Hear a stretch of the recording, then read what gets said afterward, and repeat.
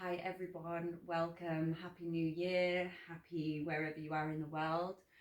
We're going to kickstart the first video of this new year with a little core strength builder to add onto your existing practice. So I would recommend to warm up with a few sun salutations before doing this warm up or doing this core exercise.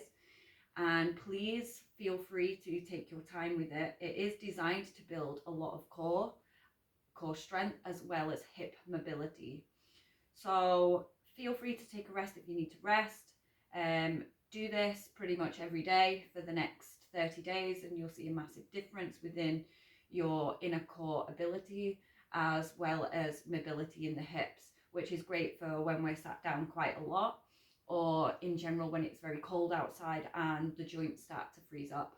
I would also like to emphasize the importance of oiling before you practice to help keep the joints lubricated and strong. So we're going to get started in a downward facing dog.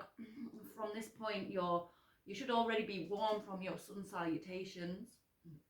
And then just simply starting to warm up the hips. So we're going to take the right leg to the sky, take a big breath in, and then step the right foot to the outside of the right hand, and then bend the elbows like a push-up.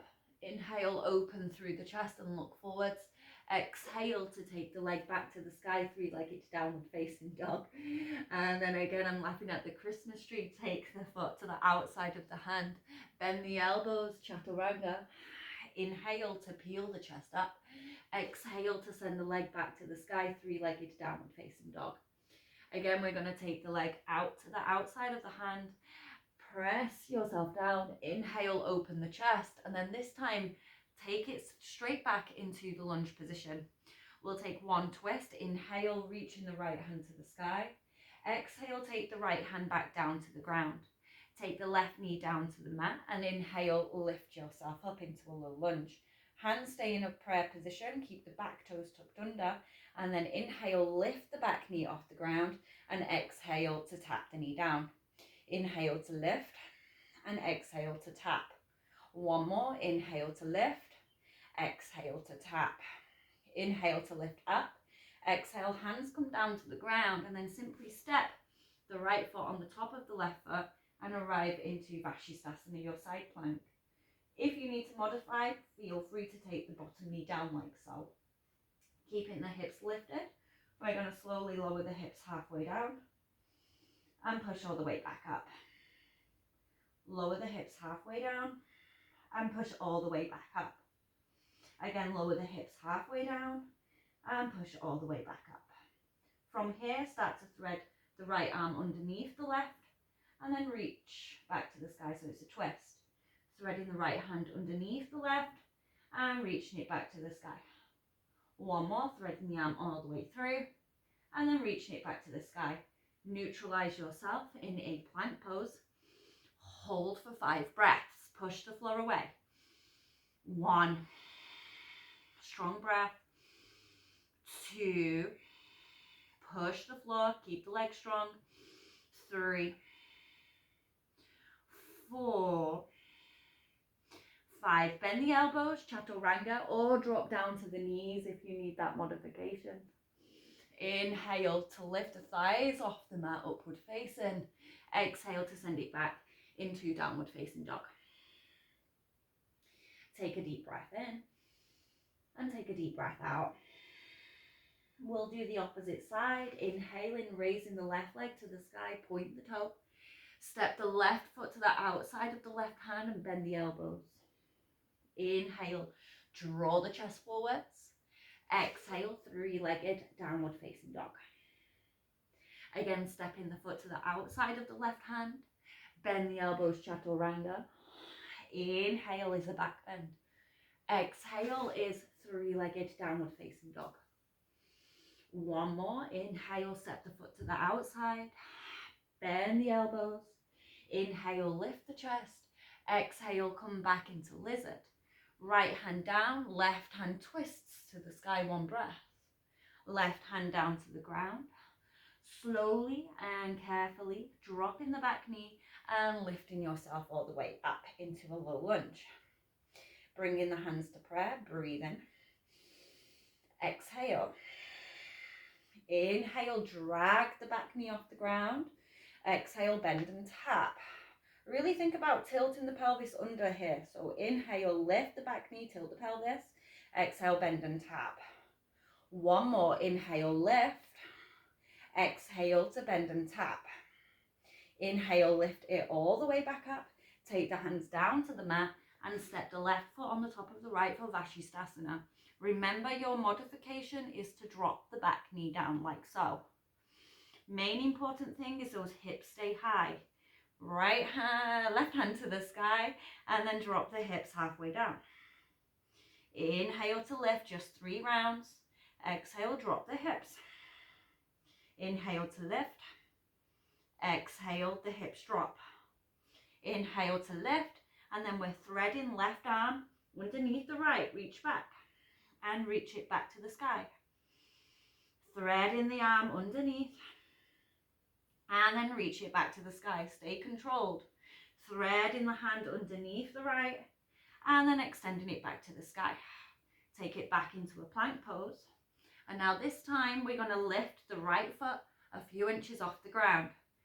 Imagine you've got a resistance band on and you're going to take 10 little pulses through the right leg. For 1, 2, 3, 4, 5, 6, 7, 8, 9, 10. Release. We'll change sides. If it's too much, you drop down to the knees and you're doing the same thing but on an all fours position. Okay, prepare yourself. Left leg and extend. Begin to pulse.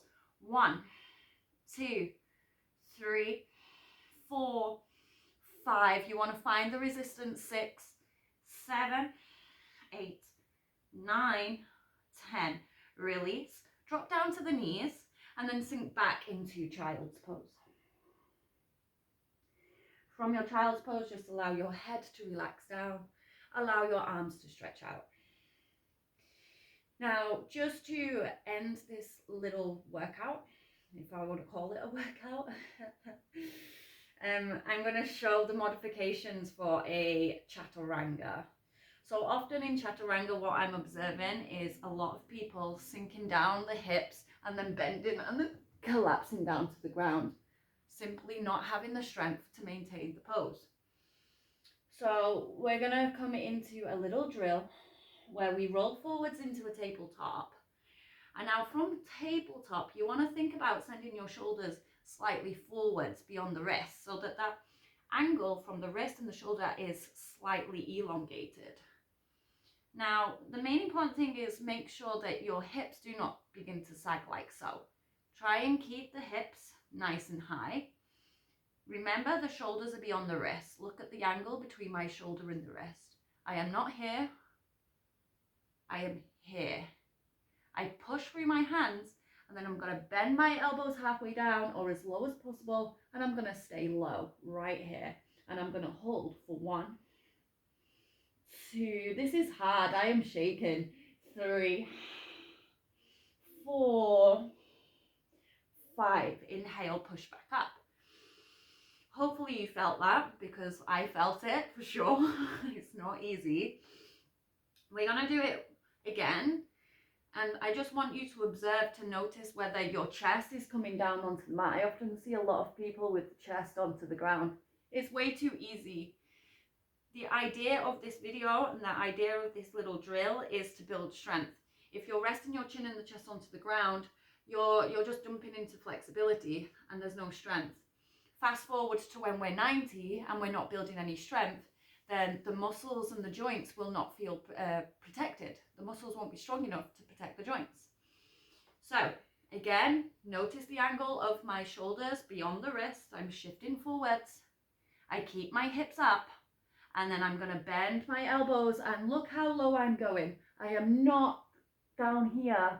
I am here, and I'm holding for 1, 2, I'm staring at the tip of my nose for 3, 4, 5. From here, I slide my legs back and I straighten through my arms and I come into this variation of an upward facing dog.